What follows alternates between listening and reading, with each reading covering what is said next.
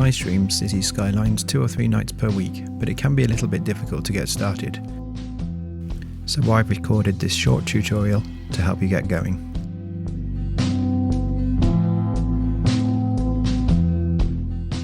Hello, welcome to my basic City Skylines tutorial. When you load the game, things will look a bit like this, with the cars moving back and forth in the background.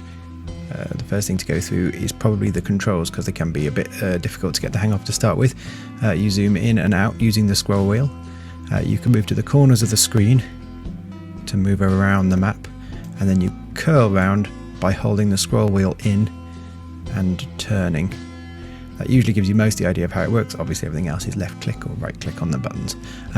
When you first start the game, there's not a lot you can do, so you just have to start by building a few roads to show them that you know how. The general strategy is to come down here and build a bit of a roundabout so that you can distribute the traffic.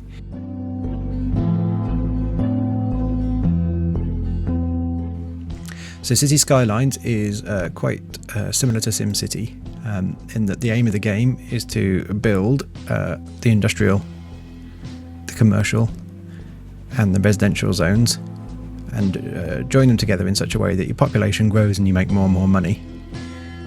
So we can simply do this by adding some roads along here.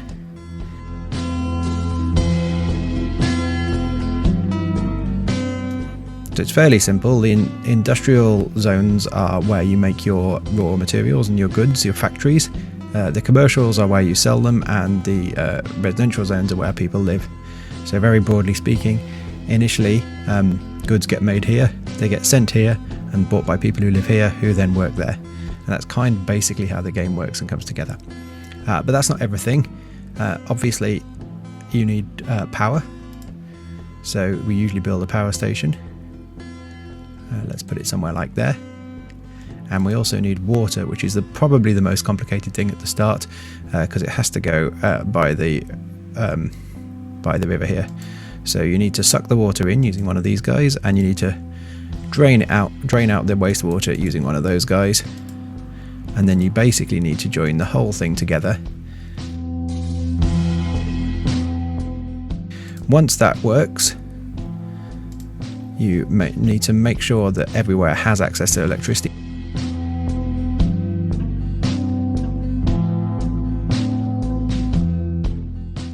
And as you let that run, you'll see that the various buildings start to grow in the city, and the city starts to become somewhere you might want to live.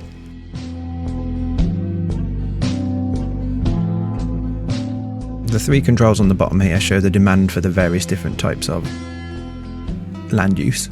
So you can see that I've got a full green here, which means very high demand for residential, a little bit of blue, which shows a little bit of demand for commercial, and no demand at the moment for industry.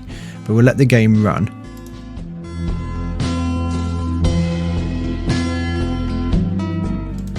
And you can see there that I haven't put any water into my area.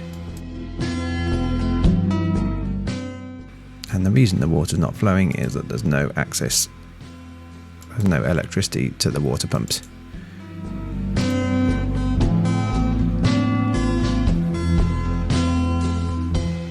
However, you don't just want your citizens to live in your city, you want them to be happy. And so you get access to various of the services that they need. So landfill, for where their rubbish or garbage needs to go. You've got schooling, and you've got access to medicine that opens up fairly early on. You've also got access to changing the tax rates and changing the amounts of loan. So we'll try and put a few of these in the city that we have.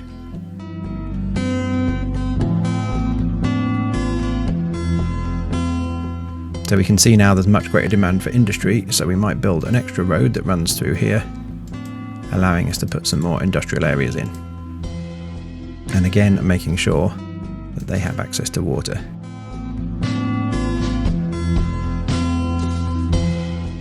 So the budget is here. As you can see, you can look at these 3 different tabs, so you can increase the amount of tax on residents, and you can beat down the tax on your shops and services in the commercial, and you can increase the amount of tax on the industrial zone. As you can see, the city's now built out, and the other problem that you have is that you cause yourself lots of problems with traffic. And so the game becomes initially about building, but then about solving the traffic problems you cause by having built all these things.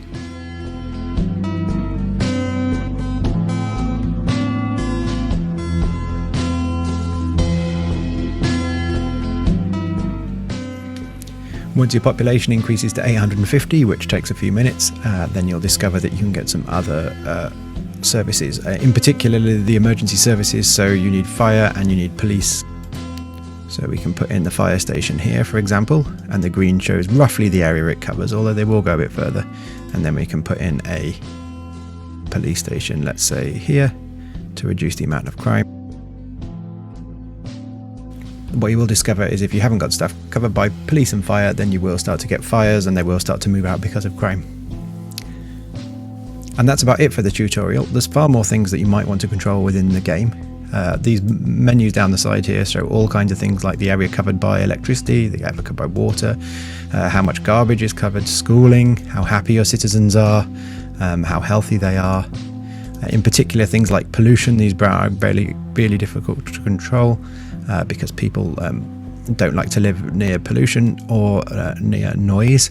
And as you get further into the game and by the DLCs, you can have things like public transport, trains, trams, etc., which you can use to reduce the levels of traffic. But that's my basic tutorial of the game and how to play. If you'd like to join me for one of my streams, I stream at www.twitch.tv/radworld.